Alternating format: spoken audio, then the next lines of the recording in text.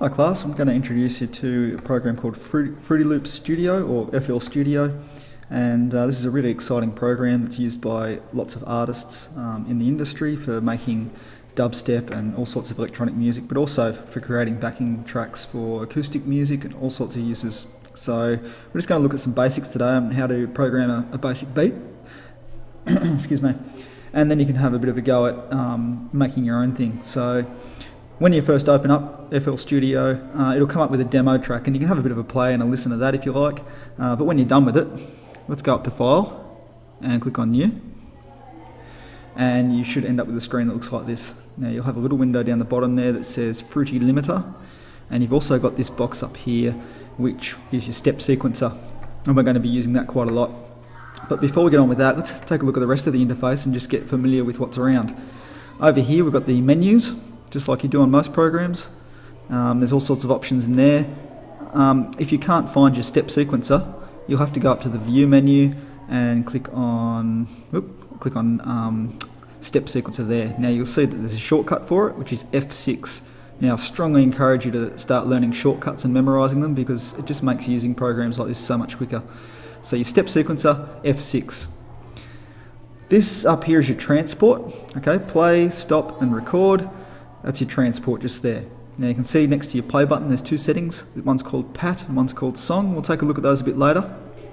But for now, we're just going to work with the pattern mode, and you can see the pat is highlighted.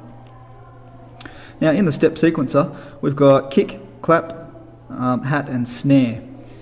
And we've got an array of 16 buttons grouped in 4 groups of 4. So we can see the 4 groups of 4 there. There's grey, and then like a red colour, then grey, and then red. So each one of those groups of 4 represents a beat. So this is one bar of music made up of 4 beats. There's beat 1, beat 2, beat 3 and beat 4. Now each of those beats has been subdivided down into 4, and we can count those as 1 E and A, 2 E and A, 3 E and A, 4 E and A. So just so you know what I'm talking about when I say click on the 1 of the kick drum, that's what I'm talking about. That's beat 1 right there. If I was going to click on the AND of 1, I'd be clicking just there on the third one along, 1 E and A. Okay, now let's click on 3 as well. We might just turn the AND off. Now to turn one of them off, you can right click on it. So use your right mouse button and it turns off again. So we've got beat 1 and beat 3 set up at the moment. Let's just have a listen to that. If we hit the play button, that's what we get. Okay, not very exciting at the moment. So I'll hit stop on that. Let's add some snare drum in. Now the snare drums are going to go on the back beats. Now beats 2 and 4 are what we call back beats. So if I turn those on 2 and 4, we get something sounding like this.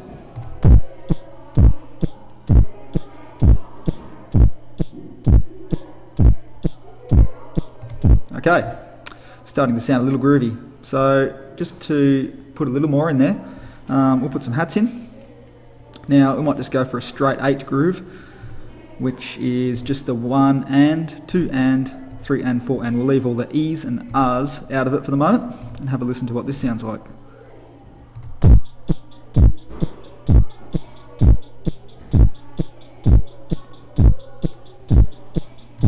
Okay, sounding a little bit more like a classic rock beat. Sounds a bit like something you'd hear in an AC/DC track at the moment.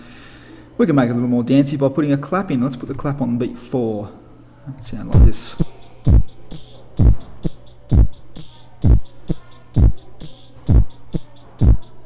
From here we can put in a little extra.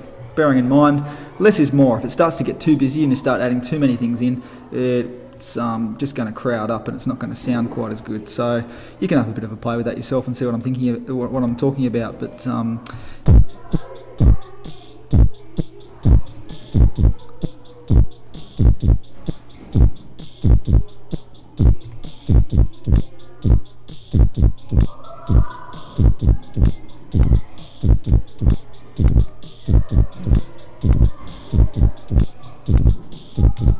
okay, I'm quite happy with that.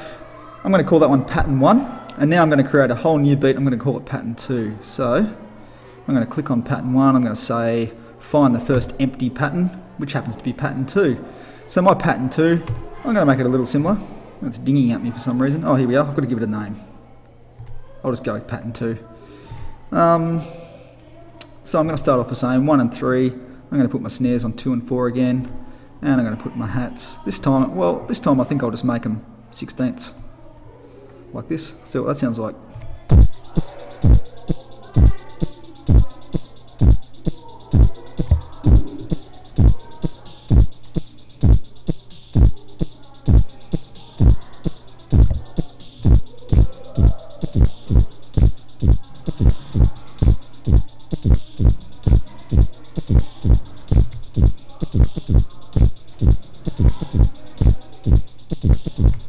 Alright, happy with that. I've got my pattern 1 and my pattern 2. I'm going to go up to the view window now, and I'm going to turn on the... where is it? I'm going to turn on the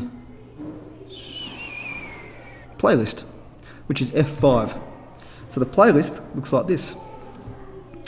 And the playlist allows you to arrange the patterns you come up with to make a song.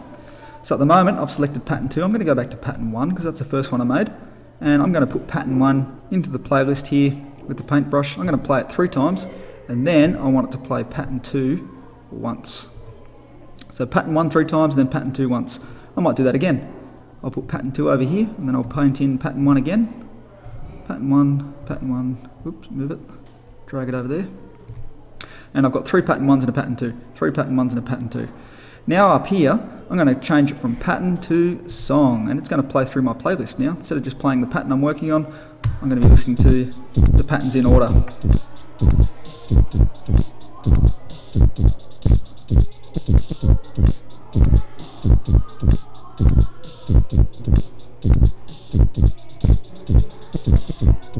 And it automatically loops around so you can hear it again. Alright, have a bit of fun, save your work, and when you have saved it, you can export it as a wave, no, don't make it a wave, make it an MP3 file. So export it as an MP3, and probably put your name on it so that I know who it's from,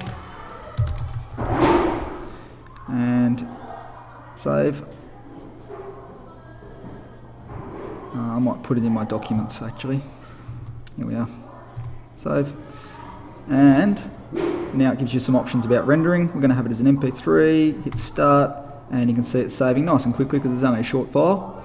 And now I can go about uploading that to submit it as assignment. So here's your first assignment, to create a beat, a couple of patterns, and sequence them just as I've done, and then export it, see what you come up with. I'm looking forward to hearing them.